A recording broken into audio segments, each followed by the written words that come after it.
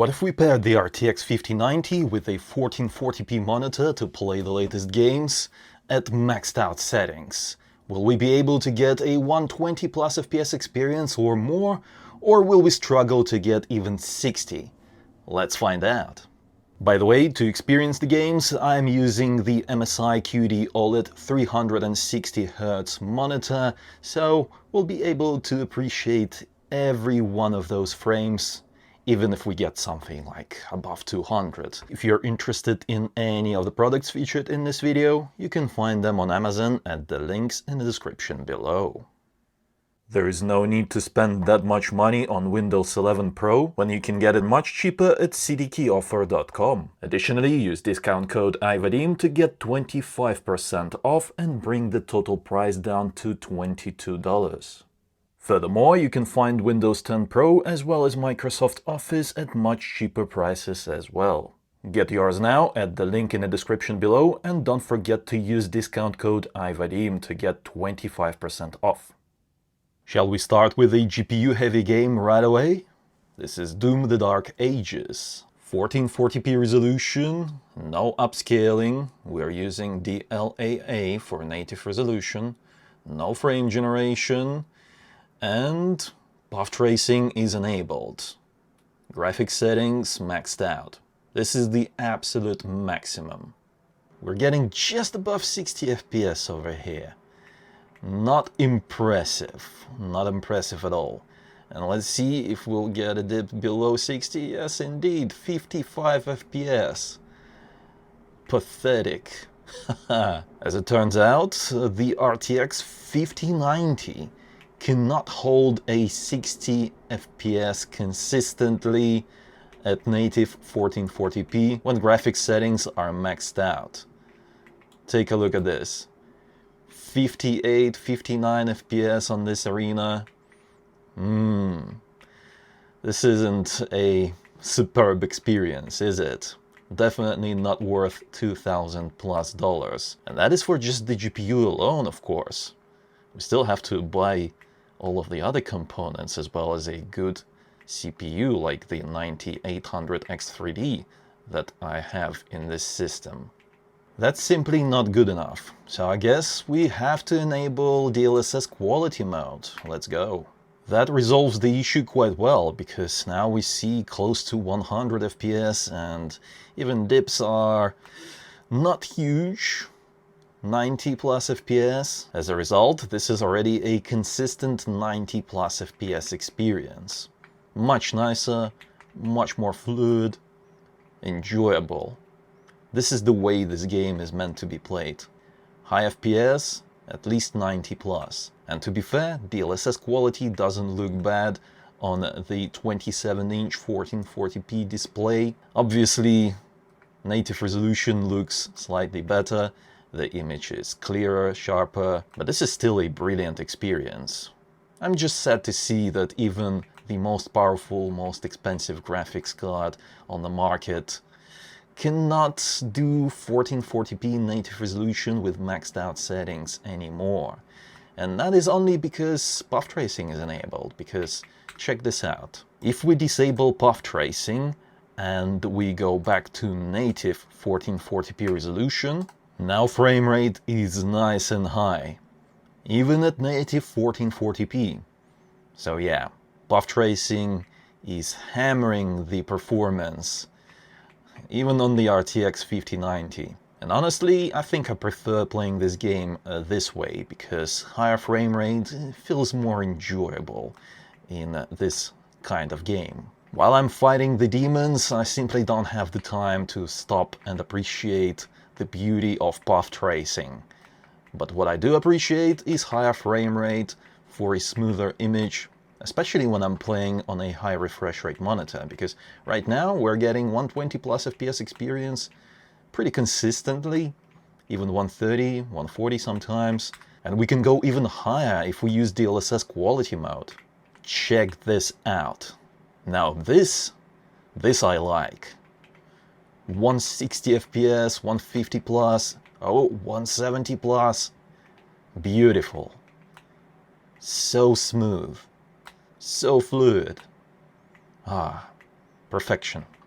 What will happen if we enable frame generation on top of this? Let's do the 2x mode, nothing crazy. Just one additional frame generated per every real frame. And we are already at 200 plus FPS, well above 240.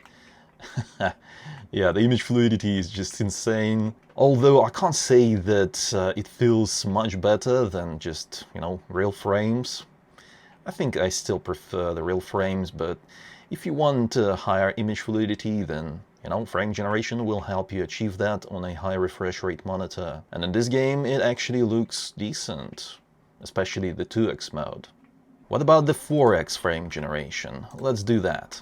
Oh my, yeah. We have surpassed the limits of this monitor. 360 Hz is the maximum on this thing. And there are more frames than that on the screen right now, so there's that.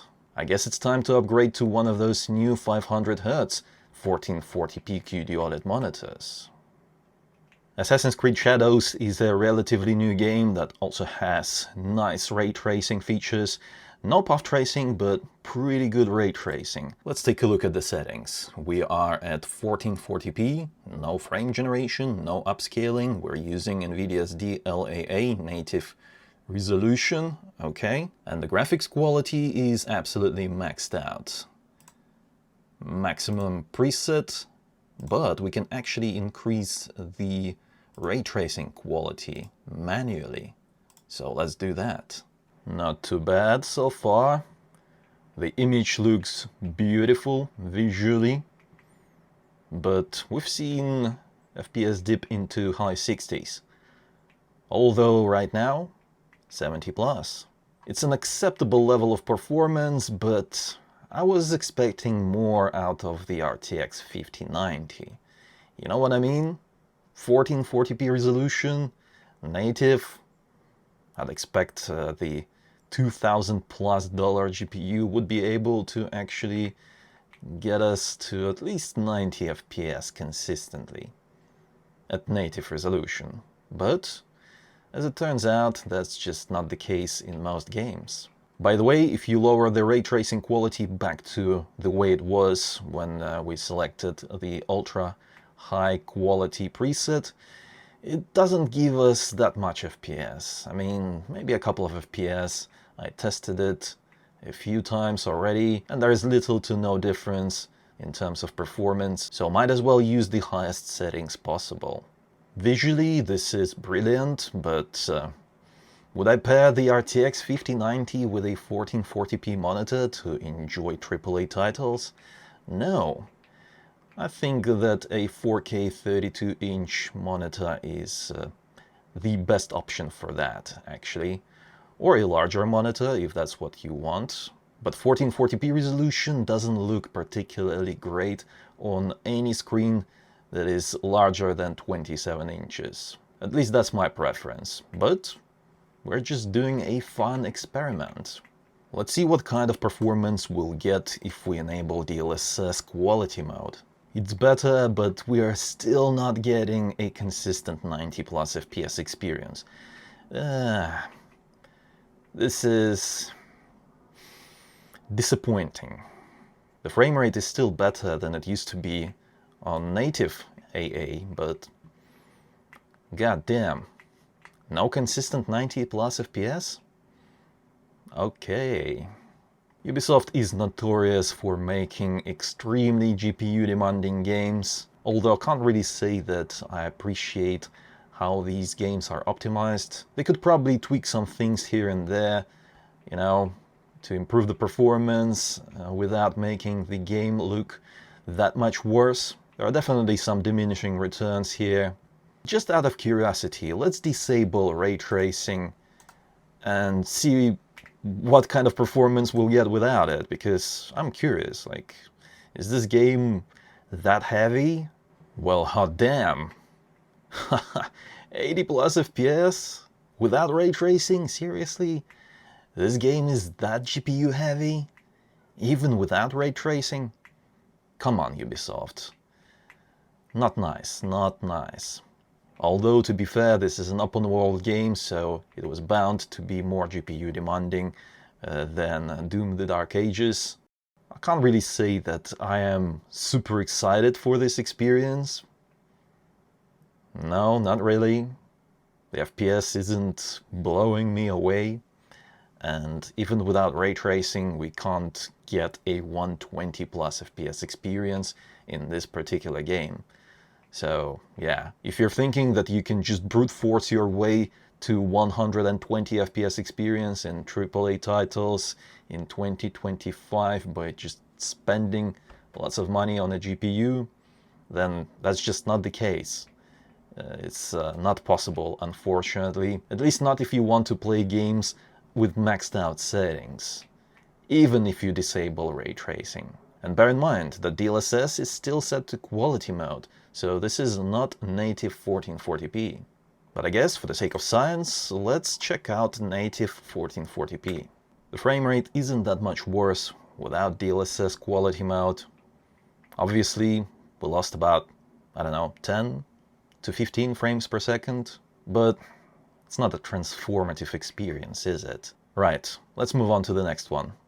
Next up is Kingdom Come Deliverance 2. The settings are 1440p, experimental graphics quality preset, this is the absolute maximum. FOV is set to 100 and DLSS 4 is set to native anti-aliasing, so we are indeed at native 1440p.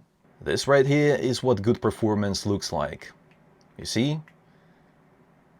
165 FPS over here. Sometimes it does drop below 120. Unfortunately, the experimental graphics quality preset is quite demanding, and the FPS isn't very stable whilst we're using it, but it does look nice. Oh, have you seen that? It was like 83 FPS just then. So yeah, in some scenes... Oh, and look at that, we're actually CPU limited right now. So the CPU, the 9800X3D, is actually not fast enough to unlock every bit of performance from the RTX 5090 in this particular scene. Yeah, the experimental graphics quality preset is absolutely hammering the CPU. The shadows look very nice and stable using this preset. I wonder, will it be easier for the CPU if we lower the resolution a little bit? Let's use DLSS Quality mode. Most likely no, because that's not how that works. But we still have to check it out. And as I suspected, it's pretty much the same result. Large frame rate swings. Nah, this doesn't feel smooth. It feels a little bit choppy. I mean, it is a better experience if your frame rate is nice and consistent, no wild swings. I don't think the experimental graphics quality preset is worth it. Let's go back to native resolution and lower that graphics quality to ultra. Have a look at this FPS, wow. High refresh rate. This right here is very fluid. Wow. Will it stay at above 120? Yes, it stays all the way above 120. 140 plus actually, so pretty good experience in my opinion. This is the way games should work. Well optimized, high frame rate, and the GPU is still fully loaded, so there you go. We have higher frame rate, but because we're not using the experimental graphics quality preset, the CPU isn't loaded that much, which enables it to produce way more frames, resulting in a more pleasant experience. And we can increase that even more if we use DLSS quality mode. Let's go. Sheesh. 180 plus, 190. What about over here? 264, 265. Okay, okay. Above 200 FPS already. Beautiful, fluid. Wow, 200 plus FPS over here. Awesome, but there are still some dips here and there to around 160. Let's see right here. 160 plus. Yeah. This is a true high refresh rate experience right here. Lastly, let's check out Cyberpunk 2077. 1440p resolution, reflex is off, and we'll just max everything out. Ray tracing overdrive mode, and we'll use NVIDIA DLAA, so that's native resolution, no frame generation. We'll turn off film grain, depth of field, motion blur, all of that nasty stuff. Field of view set to 100. Oh Lord have mercy on the RTX 5090. We're barely getting 60 FPS. Will it drop below 60 over here? Maybe, yes, 59 FPS. Oh, that's insane. This game isn't fresh.